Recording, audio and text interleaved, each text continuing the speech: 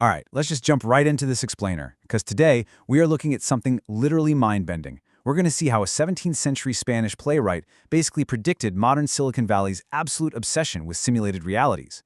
I know, it sounds impossible, right? But the parallels between this centuries-old text and our modern tech anxieties are, well, they're undeniably striking. We usually think of simulation theory as this totally new byproduct of the digital age, born from quantum computing and AI, but actually, the existential dread of not knowing what's real and what's an illusion, that is a super ancient human anxiety. So, I want you to ask yourself right now, are we living inside a simulation? I mean, really think about it. How can you verify that the physical world around you is actually solid if your own mind can be completely deceived by invisible stimuli? If what you see and feel and experience can be seamlessly engineered by some outside force, how do you know what's true reality and what's just a projection? Now, these aren't just your typical late-night dorm room thoughts. These are absolutely foundational philosophical problems. So keep this anchored in your mind as we go, because finding an answer to this question fundamentally changes how we choose to live our lives. We see this virtual simulation paradigm literally everywhere today. Massive blockbuster franchises like The Matrix, The Truman Show, and Inception, right alongside these intensely debated modern AI simulation theories. They completely disrupt global media. But here's the secret. They are all redeploying the exact same existential crisis. They're asking terrifying questions about the fundamental nature of our reality, questions that were actually mapped out with stunning precision almost 400 years ago, long before we ever started worrying about supercomputers feeding our brains a simulated universe. People were grappling with the exact same terrifying concept, just through the lens of theology and theatrical illusion. Part 1. The Crisis of Cosmological Certainties in the Mid-17th Century. So, let's rewind a bit. Back in the late 16th and early 17th centuries, the world was basically turned upside down. You've got brilliant astronomers like Galileo and Kepler completely dismantling humanity's traditional understanding of the universe. I mean, they were mathematically proving that Earth wasn't the center of creation, totally stripping away centuries of comfort and predictability. And meanwhile, you have the Council of Trent and the Counter-Reformation aggressively trying to stabilize Catholic doctrine after some massive religious schisms. Basically, society didn't know what to believe. It's amidst all this tension and shifting ground that, in 1635, Pedro Calderón de la Barca writes his absolute masterpiece, Life is a Dream.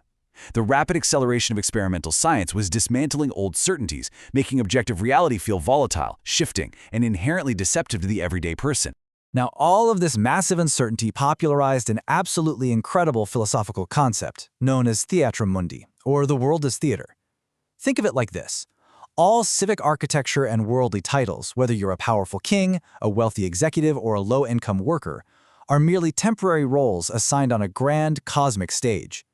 Calderón masterfully used the public playhouses of Spain to assert that our earthly lives are exactly that, just temporary, fleeting roles in a massive simulation. According to this deeply held Baroque belief, the world we inhabit is fundamentally an illusion, and true reality only kicks in after the closing curtains of mortality. Which brings us to Part 2, the Shrouded Prince Experiment. Okay, picture this. King Basilio of Poland, who, by the way, is this highly respected, erudite astrologer, decodes an incredibly ominous data stream in the stars. It unequivocally predicts that his newborn son Sigismundo is destined to grow into a cruel, wildly tyrannical monarch who's going to completely destroy the kingdom's infrastructure and humiliate his own father. Terrified by this deterministic forecast and desperate to save his nation, Basilio makes a drastic, heartbreaking executive decision. He completely erases his infant son's existence from the public ledgers. He decides to preemptively punish a crime that hasn't even happened yet, driven entirely by his absolute faith in this predictive model. So to stop the prophecy from executing, Segismundo is literally locked away from infancy in a deeply hidden mountain tower. He's guarded by just one loyal administrator named Clotaldo. He is bound in heavy iron chains, clothed only in rough animal pelts, and entirely deprived of any baseline networking, human contact, or socialization. Segismundo is forced to operate essentially as a caged beast. Just imagine the psychological toll of this environment. We're talking about a human being with a profound capacity for thought, locked in the dark, left with nothing but his own chaotic mind and cold stone walls for his entire life. But, as King Basilio gets older, he's kind of tortured by this intense moral doubt. Like, did he illegally bypass his own son's natural rights based entirely on a mere algorithm? Was he wrong to play God? So, to finally get to the truth, the king designs this clinical, three-step controlled experiment. Step 1. He heavily sedates the prince. Step 2. While Sigismundo is completely unconscious, he covertly transports him directly to the royal palace headquarters. And finally, upon waking in a lavish bed, he plans to debrief his son with the data that he is actually the legitimate chief executive of Poland. The king just really wants to test if human nature can override the fate written in the stars. So what exactly happens when Segismundo wakes up? Well, total, unchecked chaos. That's what happens. Segismundo awakes surrounded by premium garments and servants, but almost immediately his decades of compressed, caged anger violently explode. He possesses the raw power of a prince, but the unrestrained temper of an animal. He brutally insults the top-tier courtiers, literally liquidates a terrified servant by throwing him out a high window, and attempts to violate a noblewoman named Rosaura. In a matter of hours, he perfectly executes the horrifying, tyrannical script his father feared all along. The experiment seemingly proves the prophecy was 100% correct. Part 3. The systemic rollback. Absolutely horrified by all this bloodshed, the king totally pulls the plug on the experiment. Segismundo is resedated and wakes up back in his original cold dungeon chains, dressed once again in animal pelts. And here is where the psychological manipulation hits its absolute peak. His handler, Clotaldo, straight up tells the prince that his entire glorious executive experience at the palace, the luxury, the infinite authority, the throne, none of it was real. He tells him it was merely a transient, volatile delusion of his own mind.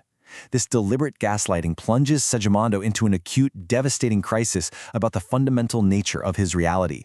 Imagine waking up in a prison only to be firmly told the greatest, most vivid moments of power in your life were literally just a simulation constructed by your own brain. And man, this just shatters Segismundo. He delivers this staggering, foundational philosophical monologue. Every individual dreams their reality until the sudden wake-up protocol, life itself is structurally a dream. This masterwork soliloquy represents Segismundo's staggering realization that external data structures simply can't be verified. If the palace was just a dream, how does he know the prison isn't a dream too? This beautifully and remarkably anticipates the radical skepticism that René Descartes would later introduce with his famous thought experiment about an evil demon deceiving our senses. For Segismundo, the lines between waking and sleeping, truth and illusion, they completely dissolve. Part 4. Algorithmic determinism versus free will. This whole situation brings us face to face with the absolute core ideological clash of the entire Baroque era. Over on one side, you have algorithmic determinism, this widespread belief that astrology, fate, and absolute predestination strictly dictate our lives, making all of our human flaws and operational errors entirely inevitable. But opposing this deterministic data model, Calderón champions strategic free will. This is the powerful, uplifting assertion that human rational intent always retains the capacity to overrule our worst physical inclinations and any stellar algorithm. We aren't just helpless slaves to our programming, we maintain the ultimate power of choice. Part 5. Waking up to reality. So the narrative hits its absolute climax when the everyday populace actually discovers the hidden data about this legitimate heir.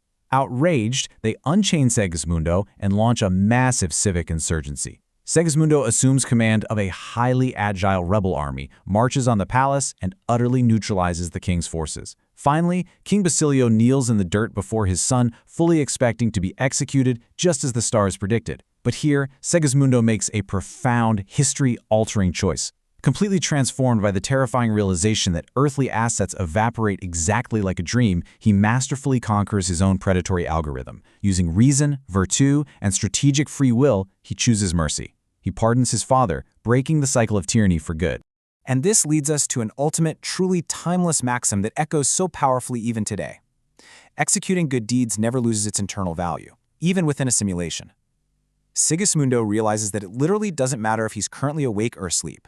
If objective reality is completely fluid and dreams themselves are merely dreams, then whether you're deployed in a magnificent corporate palace or isolated in a freezing cell, acting with justice, integrity, and compassion remains the absolute only unshakable anchor an individual possesses. Goodness is the only thing that survives the illusion. So I want to leave you with this deeply personal thought to chew on. If your reality was suddenly audited as a dream today, would your actions retain their intrinsic value? Would the way you treated people today actually matter when you finally woke up? It's a heavy question for sure, but a vital one. As you consider this 17th century masterpiece, a true, brilliant historical precursor to modern science fiction, take a moment to process your own daily data stream and the choices you make within it.